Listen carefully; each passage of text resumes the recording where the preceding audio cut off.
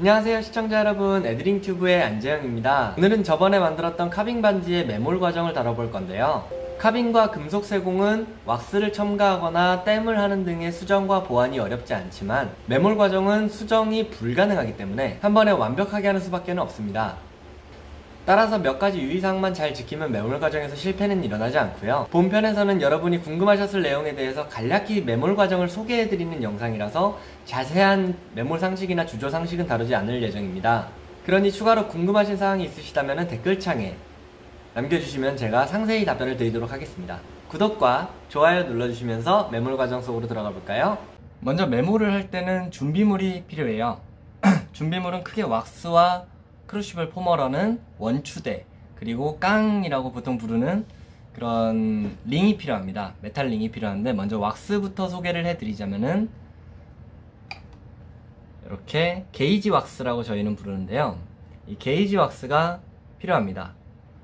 보통 이 두 개의 왁스는 되게 이 게이지의 종류가 되게 많아요. 그리고 요거는 보통 종로 재료상 가서 이제 뽕떼라고 부탁을 하면 주시는 제품인데요.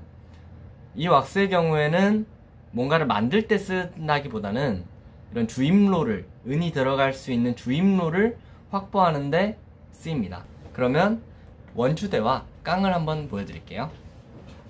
원추대는 보시다시피 이렇게 생겼어요.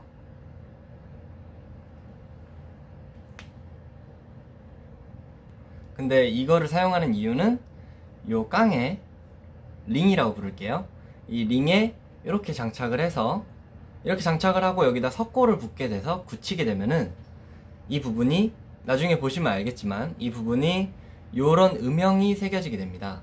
그러면은 은을 녹여서 주입을 할 때 훨씬 더 부드럽게 원하는 지점으로 바로 들어갈 수 있겠죠. 그래서 저희가 할 거는 요런 링을 장착을 해서 매몰을 할 건데요. 오늘은 매몰을 할 게 사실 많진 않아요.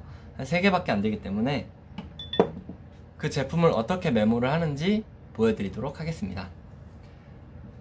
그리고 제가 사용하는 이 링은 굉장히 작은 사이즈의 링이에요.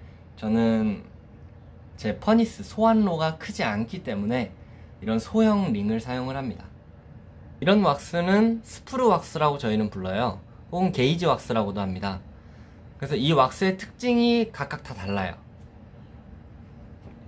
이 왁스는 굉장히 하드한 왁스고 줄로 깎아도 절대 밀리거나 열이 발생해서 이 왁스가 녹는 현상이 발생하지 않는데 이 왁스의 경우에는 굉장히 소프트합니다. 그래서 왔다 갔다 해도 휘기는 하는데 부러지지는 않아요. 물론 찬 상태에서는 부러지기도 합니다. 그래서 이 손, 지열로 이렇게 마사지를 한 다음에 어느 정도 휘면은 이렇게 잘 휘어요. 자, 저번에 만든 커팅 반지의 경우에는 이런 상태로 스프루를 달아야 됩니다. 그러면 이걸 붙여서 보여드릴게요. 이런 모양이 되게 됩니다. 왁스로 붙인 거라 생각하시면 될 것 같아요. 다만 주의할 점은 이 두 개의 왁스가 성질이 서로 다르기 때문에 두 개를 붙일 때는 겉에서 그냥 살짝 녹여서 붙이는 게 아닌 두 개의 왁스를 완전히 녹인 상태에서 두 부분이 붙어야 된다는 점, 용접하고 약간 비슷한 원리입니다. 그러면 이거를 요거에다 또 붙여서 와볼게요. 짠! 이렇게 3개의 반지가 한 뽕대 안에 달리게 되었습니다. 이렇게 반지는 위에서부터 달게 되고요. 이 아래로 차례대로 현재는 3개지만 이 뽕대의 굵기에 따라서 5개 혹은 6개로 시작을 하셔도 상관없습니다. 그 다음에는 여기 보이시는 요 부분, 그리고 요 부분, 요 부분을 계속 교차해서 붙이게 되고요. 주의할 점은 역방향으로 되면 안 된다는 겁니다. 역방향으로 됐을 때는 금속이 이렇게 주입이 될 텐데 주입이 돼서 내려가는 동안 역방향으로 올라가게 되면은 그 부분에는 압력을 잘 받을 수가 없어요. 흐름성을 고려를 해서 달아주셔야 되고 역방향으로 됐다고 하면은 최대한 주물이 들어가는데 간섭이 일어나지 않게끔 해주셔야 됩니다. 그러면 이거를 결론적으로 저희가 원하는 크루시블 포머, 곧 원추대에 삽입을 해서 보여드리겠습니다. 저희가 필요한 만큼인 요만큼 제가 왁스를 잘라냈는데요. 이 왁스를 잘라내고 나서 한 가지 더 해야 될 부분이 있습니다. 바로 무게 체크인데요. 이대로 무게를 한번 측정해 줍니다. 이 무게가 결론적으로 은이나 금이 얼마나 들어가게 되느냐는 척도가 되거든요. 그래서 이거를 왁스의 무게를 측정하게 되면 1.45g 정도 나온다는 거죠. 이 1.45g이 나온 왁스의 은 무게는 어떻게 될까요? 은의 총 중량은 대략 15.95g이 되는 것입니다. 그럼 이렇게 무게 체크도 끝났으니 이거를 원추대에 한번 달아볼까요? 그 다음에는 요거를 여기다 삽입을 해서 완성을 하게 됩니다. 이렇게 끼우실 땐 굉장히 주의하실 점이 있어요.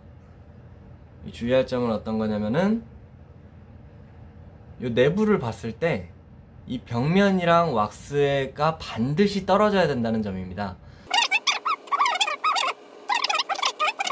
그렇기 때문에 이 규칙은 이 겉에랑 2mm 이상 떨어질 것, 그리고 나중에 메모를 했을 때 여기가 3, 4mm가 확보가 돼야 된다는 점입니다.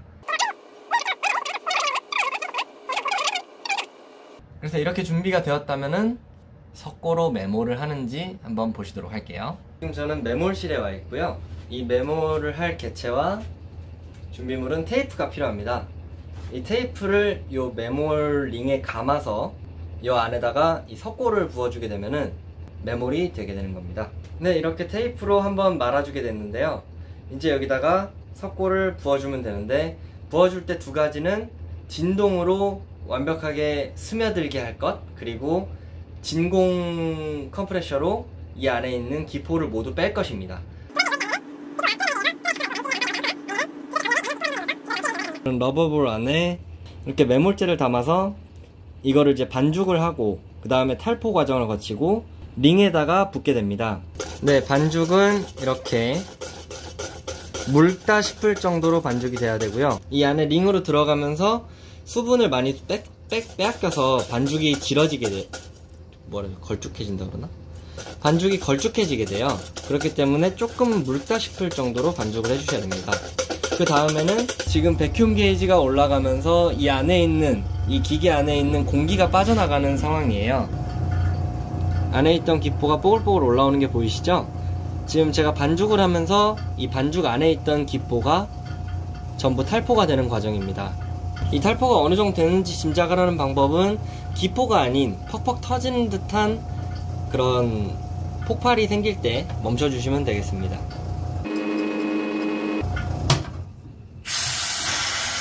이 바이브레이터 위에서 메몰제를 부음으로써 이 안에 있는 개체를 메몰을 하게 됩니다. 여기서도 주의할 점은 메몰제가 한 번에 들어가서는 안 된다는 것과 난집이 잠겨서도 안 된다는 거죠. 제가 바이브레이터 안에서 부으면서 그 사이에 또 기포가 생겼던 잔 기포들을 없애주는 과정입니다. 이렇게 두 번의 탈포를 거쳐서 완성된 메몰링입니다. 이 상태로 초기 경화 약 30분, 최종 경화 약 1시간 반 정도를 가만히 두어야 이 친구의 안에 크랙이 생기지 않으면서 깔끔한 주조체가 완성됩니다. 오늘은 메몰하는 과정을 한번 담아 보았는데요. 아무래도 이런 게 있다 정도로만 설명을 해도 할 말이 굉장히 많았던 것 같아요. 보다 자세한 사항이 궁금하신 분은 댓글로 남겨주시면 제가 답글을 달아드리도록 하겠습니다. 다음에는 주물을 부어서 나온 결과물과 그것을 광을 내는 과정을 한번 담아볼 계획입니다. 주얼리가 만들어지는 과정에 대해서 좀 더 많은 분들과 공유가 되었으면 좋겠습니다. 지금까지 애드링튜브의 안재영이었습니다. 시청 정말 감사드립니다. 다음에 만나요.